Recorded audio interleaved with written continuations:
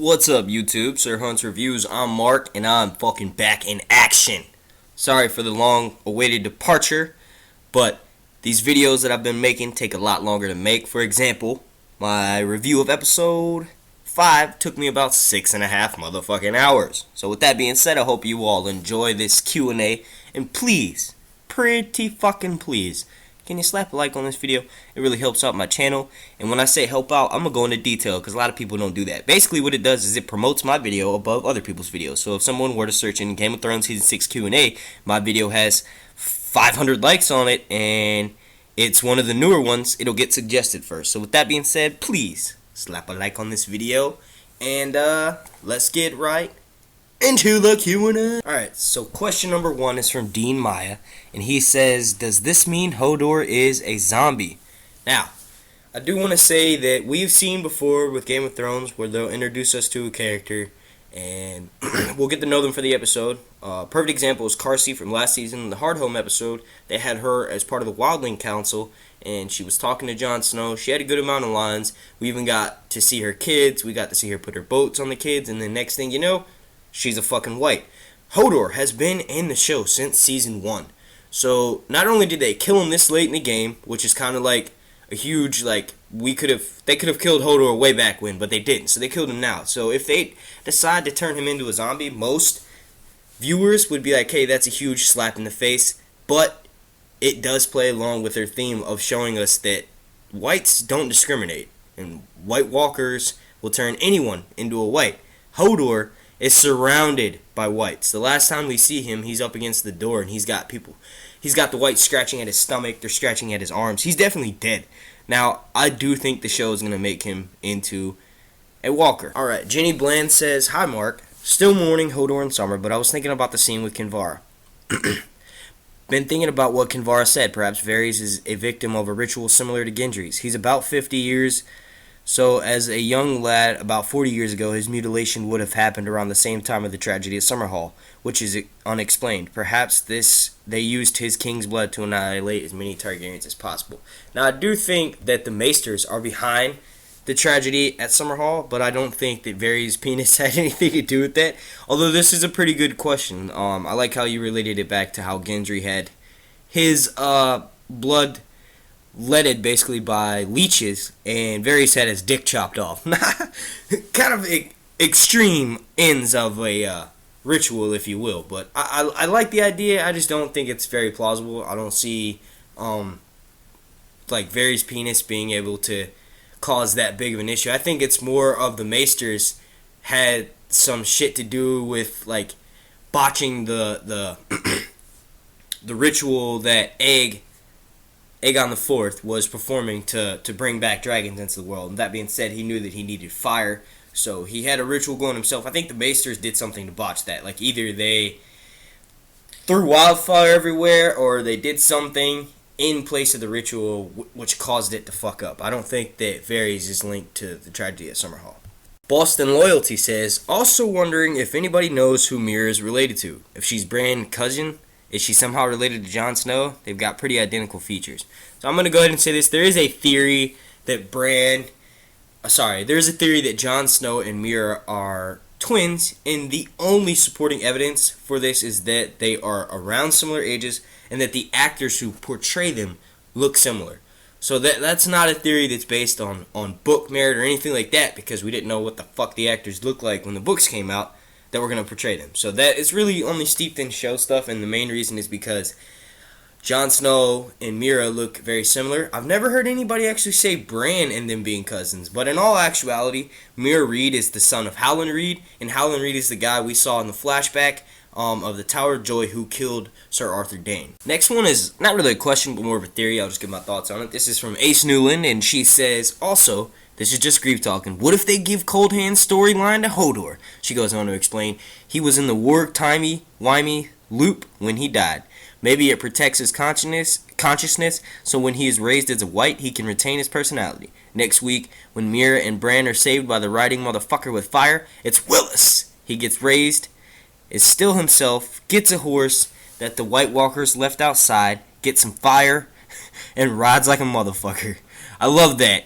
Oh man, she's one of my favorite subscribers. Well, all of you guys are my favorite subscribers. But yeah, I think while I would think that would be amazing, I just personally don't see them doing that in the show. And the main reason being is because, spoiler alert, but for you guys that don't know, supposedly IMDb has released the cast list for episode 6, and Joseph Maul, the actor who played Benjen Stark back in season 1, has been cast as Brother Beyond the Wall. Now, I just want to say this, I've been saying since fucking before the season even started, that Coldhands is going to be, for show only, is going to be Benjen, and that's who that guy on the horse is. So, as well, I love your theory, Ace, I just don't necessarily see it happening. Fizzyfoo says, with Bran having been marked, the Night's King can now get beyond the wall, right? Great video again.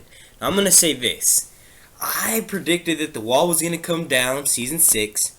And the reason why is because I thought that the magic that the Night's Watch had over the wall, that was like basically as long as they kept true to their vows and did not break their oaths, which they did by stabbing Jon Snow in the fucking heart. They also killed Alistair Thorne. That was beyond the wall, and the Night's Watch members who had killed them had basically abandoned their cloaks, but I had predicted that the wall was coming down nonetheless. So with that being said, this just adds confirmation to it. I totally think that at least the Night King can pass through the wall if Bran does make it to Castle Black.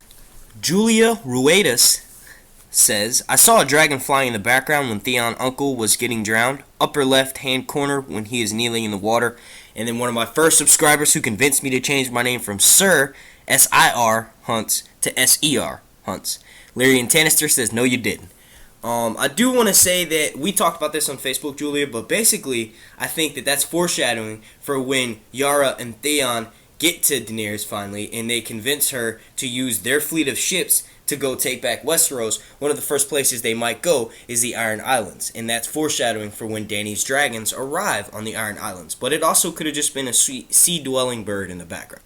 Johnny Tran asks, Mark, do you think Blackfish is lying about his army to Sansa? I've been seeing a lot of these rumors floating around, basically saying that Baelish, when he told Sansa about Blackfish army in Riverrun, that he was lying.